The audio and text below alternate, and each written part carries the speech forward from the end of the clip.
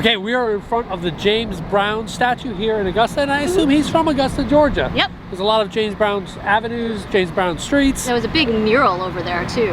We actually saw him in concert, didn't we? We did. We were in Las Vegas at the time. It was I think a $350 a plate wine spectator dinner. Very expensive. Black tie. Yep. He was the featured entertainment. All I remember is he had 2 bodyguards on either side of him. Yep. I'm like, you're at a black tie wine spectator dinner. I don't think anybody's going to rush to cut the stage or anything, but it was a good memory nonetheless. It was a good concert.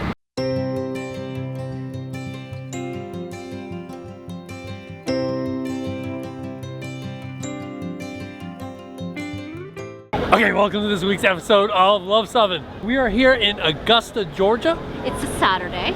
And it's the Riverwalk Farmers Market. And so this is actually Masters Week. And if you can see from this picture here, Cindy and I did attend the Masters at Augusta National. It was a practice round. Yep. And it was actually actually a few days before we picked up the Airstream. Right.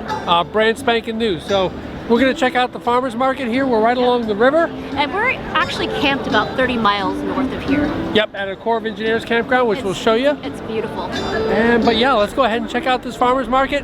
I think Cindy's got some crackling with her name on it. Absolutely. Okay, so a little known Rich and Cindy fact. We actually met in Augusta, Georgia. Yes. And we're married here in Augusta, Georgia. Post Chapel, number 9 at Fort Gordon. Yes. And I think our rehearsal dinner was actually along the river here. We did a river cruise for that, didn't we? We didn't do a river cruise, but it was actually a restaurant on the river, I believe. I thought we cruised. I don't know. We don't remember. I don't think so. 30-something years ago. I would have remembered a river cruise, I think, so I don't think it was, but... All right, comment below if you were there on our river cruise and if you know what we did. Absolutely. So what did we end up getting? So we ended up with some vinegar fries, and these remind us very much of the fries that we got at Rehoboth Beach. Yep. I can smell the vinegar from here. I inhaled it, and I get a lot of good vinegar. So we'll have fun. And they spiced it up. Yep. Give it a shot. Yep, looks good. Then I got the hot barbecue, and I got salted vinegar, and I got a regular left. Just the last regular. That's the one I ain't got nothing on it, just the regular thing. Can I try the regular? I think that would be fabulous. Yes, I'll take your last one. Yes, baby. You can definitely take that. How much is it? $5. Ain't no $5. Excellent. What did you get again? I got some crackling. I got the regular because I always like to taste what the essence of the crackling tastes like. He had a bunch of different flavors. He had hot and spicy barbecue, vinegar, lemon pepper. But he also gave me a little sample of his sauce, and he said he really wanted me to try this. It was not a barbecue sauce, and he said it had a slight tang to it, and he said people love it. So I am looking forward to trying that. Let's go ahead and try and find a bench and try the sauce. We will. So we're sitting on the historic cotton exchange. Yes. Right next to the Riverwalk. Yes. And partaking of our French fries. Yeah, and the seasoning is really good. The vinegar is lightly applied to these. You know, the difference between these and the really good ones at Rehoboth Beach were that, you know, those were real shaved cut potato French fries. And they were very, very crisp. Right, whereby these are just, you know, frozen crinkle cut fries. Yes. So the potato itself is not good. But the seasoning seasoning really and is. the vinegar is perfectly applied, I thought. And one of the major differences is the way they applied it, you don't end up with vinegar potato soup like we did at Rehoboth Beach. That is true. See, what happens when you're a Thrasher's newbie? Right. You end up putting up too much vinegar and we get French fry soup. So Oh well. it still tastes good. But all in all, pretty good. Nice snack. Not bad. So these are the regular pork skins. I'm going to try them first without the sauce. They're real good. Have a nice flavor. Not as crispy as some that I've had. We're going to try it with this sauce that he seemed to really want me to try.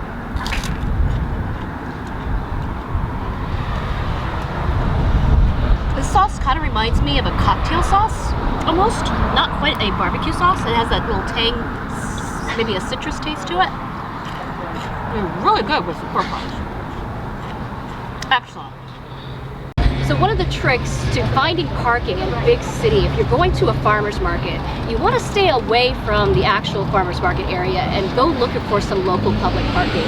The actual place where the farmer's market was held was number 2, but all of the big areas of local parking were right here.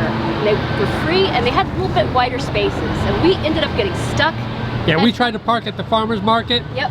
Got completely stuck, had to back out with radios. Yes. Keep on coming. Stay to the left. And you're good. Come on back. It was kind of crazy, and so we are determined if we come to another farmer's market in a big city, we gotta find the public parking that's away from it. Yep. So it was a good tip. So just a wrap up of the farmer's market. There was not a lot of vegetable booths out yet. I don't think there was a lot of produce produced yet because it is early spring, but there were a lot of food trucks, a lot of different food vendors, just a lot of different eclectic stuff there. So it was quite interesting just to walk around. Yep. And now we're checking out all the interesting architecture around Augusta, like that movie theater there with the tragedy and comedy masks. Pretty cool. And so I also liked in the farmer's market, there was also a hint of, or a nod to the Masters that is coming up this coming week. They had some cheesecake with some little golf balls on it, and somebody was selling, you know, other things with Masters memorabilia stuff on it. So it was kind of fun just to see that. So we are here at the Ridge Road Corps of Engineers Campground, right on the border of South Carolina and Georgia. About, what did you say, 20 miles or so from Augusta? About that. And behind us is, we used to call it Clarks Hill Reservoir. I think it's now called J. Strom Thurman Lake or something. But regardless, one of the great things about Corps of Engineers campgrounds, as we have always said, is that they are always on the water, as the Corps is charged with the maintenance of our nation's navigable waterways. And you get great sites like this. And I have to be honest with you, I've been walking around the campground. This is one of the crappier sites. I mean, there are a lot of sites. This is a fabulous site, but it's not one of the best sites. Yeah, I mean, there are sites that are just blow you away. Beautiful, but this one still is great. I mean, look at the size that we have here. It's wide open. It's wide open. You have a beautiful view of the lake here. You know, the surface is dirt, but we can put the rug down. It is 30, 50 amp water. The dump station is up there. We've already reconned it. So this is actually a pull-through site. You know, and here's the deal. Let's come over and take a look at this. Like Cindy said, this is a pull-through site. And the way it works is you come up here, you turn around here, and then you come into your site. Which has a great view of the lake. But here's the deal. When we came in, I admit, I got way too close to that pillar. And my angle was wrong. I misjudged it, and I came in wrong. You should have taken it a little wider, but we had our eyes on everything. And that's the thing. My eye was on the mirror, watching it come too close for my comfort, and Cindy was right there with the radio, checking it out, saying, man, you're real close. And it happens, but the thing is, you always keep that eye on the mirror. You always recon. I knew I had that thing there. I cut it too close. It happens, right? Yeah, it happens. But it's $32 a night. It's Masters Week. Yep. So we had some friends of ours talking, and they were saying they were going to the practice rounds on Wednesday. What a great place to come here, sleep in your own bed. Yeah, and not pay that expensive hotel. I'm willing to bet that hotels in Augusta are going for more than $32 a night. Yeah. But still, it's just gorgeous view. Like this campground behind us there with the Masters flag. Had an amazing That's view. number of lake. 68. That one was wonderful. That whole it was view of the lake there so was just open excellent. there. The only downside of this campground is that Starlink was no, didn't work. At least for our site. We couldn't get through the trees, so we had no Starlink. But that's okay. Again, Corps of Engineers, you knocked it out of the park as far as I'm concerned. Yep. Yeah, so you'll notice I'm plugged into the 50 amp, and that's because when I hooked up to my 30 amp, it said that there was a neutral fault. So you have the dog bone adapter right So there. I just moved it over to the 50, told the campground that we have a But you have an fault. adapter on because we're 30 amp. Yeah, no issue there. So we're still running that. Yep. I'm just laughing because we had a comment recently on our YouTube channel that somebody said, your videos would be a lot better if the girl would just stop talking. That's our style. If you don't like our style, so be it. But it was a funny comment that somebody left. The water solubles was at like 38 ppm, so it was really good water. You can see how the Luv truck's kind of parked back there. Yep, we have our flags out. Everything is very festive. All in all, just a beautiful sight. Oh, this is just perfect. And Vermont just got 2 feet of snow last week, so we're pretty much enjoying this big time. And we're in the 80 degrees here, so this is not bad at all. All right, Beans, we're not exactly fixing things in beautiful places, but what are we doing here? We're actually getting rid of some stuff that we're going to change out, so... You've never liked that shoe cubby there. I've never really liked the shoe cubby because the little bars tend to fall off when you move and when you shift your shoes, and so we're having to remove this adhesive, and it's being quite the challenge, but we have a good little tool and we're almost done. So, and we're going to put up a nice shoe rack that's much better and much nicer looking here. Yeah, today's the day before the eclipse. We're here at the Corps of Engineers Campground. It is a wonderful day. And we're improving things in beautiful places. That's even better. You know, the life of a full-timer or most-timer as we are is not always glamorous, and today while Cindy's working on the new shoe rack, I'm a laundry guy. And you know, at the Corps of Engineers Campground here, you know, it's pretty basic. You see my washer there? But it's free. And that's always a nice little unexpected thing. We always carry our quarters with us, but it's free, so yeah, we're gonna always appreciate that.